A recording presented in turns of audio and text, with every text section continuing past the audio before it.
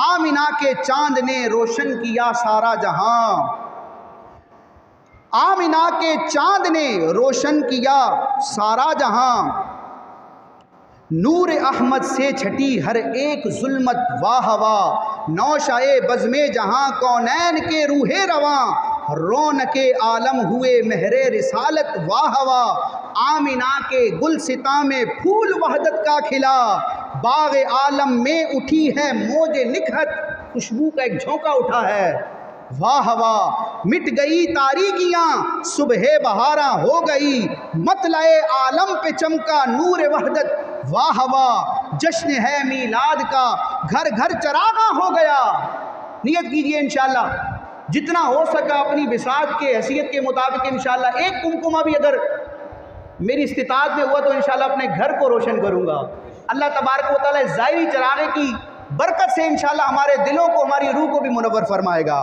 جشن ہے میلاد کا گھر گھر چراغاں ہو گیا، کس قدر مسرور ہے آقا کی امت واہ واہ، ذکر محبوب خدا سے گونجتی ہے سب فضا۔ انشاءاللہ محفل میلاد بڑی رات کو بھی ہوگی، جلوس میلاد بھی ہوگا، پوری دنیا میں انشاءاللہ دعوت اسلامی کے عاشقان رسول اور ساری دنیا کے عاشقان رسول انشاءاللہ حضور کے ذکر کی دھومیں مچائیں گے، یہ فضا گونجے گی اور معطر ہوگی۔ ذکر محبوب خدا سے گونجتی ہے سب فضا، سارے جگ میں ہو رہی ہے ان کی مدحت واہ واہ، لے لیا ہے دامن رحمت میں خود سرکار نے، لے لیا ہے دامن رحمت میں خود سرکار نے، بن گئی برہاں تیری بخشش کی صورت واہ واہ۔